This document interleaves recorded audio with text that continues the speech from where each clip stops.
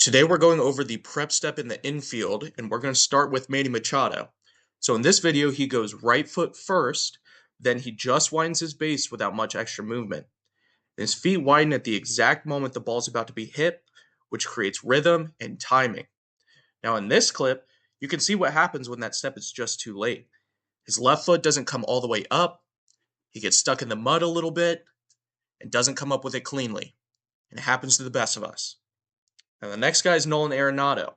Bit of a different approach here. He takes a few steps, sinking lower into his stance with each one. He then works up through the ball as he's throwing. It's a very, very fundamental approach and a very deliberate approach. And there's a reason why he's won 10 gold gloves. He takes these movements very seriously during practices. Now, next up, we've got Jose Altuve. What's interesting about Altuve is he doesn't actually do it the same every time. We see him take a smaller but clearly defined hop as the ball is being hit here.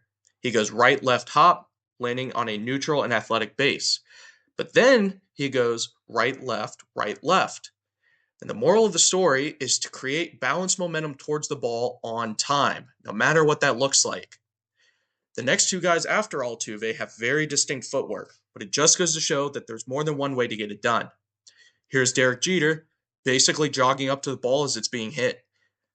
You almost have no idea as the viewer when it's actually hit because his feet are always moving as he's going to field the ball.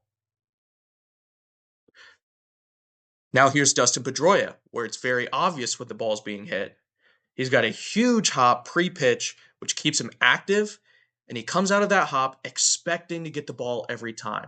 Not only expecting it, but wanting it, I'd argue. Here's a hop, and he's going to chase after that ball every single time, no matter where it actually goes. He wants it. Now let's take a look at some examples of why it's important to have rhythm and timing on these grounders. Matt Carpenter gets absolutely eaten up on this hard ground ball because he gets into his prep step too early. His feet are flat when the ball's hit. In the shadows, he's got no momentum to react with that ball coming out. For Yuli Gurriel, it's the same story. Gets into his prep step too early, and he's flat when the ball's hit to him. See, he's flat. But let's look at the difference between him and Jose Altuve at second base. Altuve's on time. Gurriel's not. As this ball's being hit, Gurriel's already into his stance, really before the batter starts his swing, and Jose Altuve's feet are landing on the ground as the ball's being hit. Now, final example before we end on a good one. Trey Turner creates zero momentum on this ground ball here, and even the most routine one eats him up. He goes left-right instead of right-left with the feet, instead of taking an extra shuffle to get into position. That's where the error happens.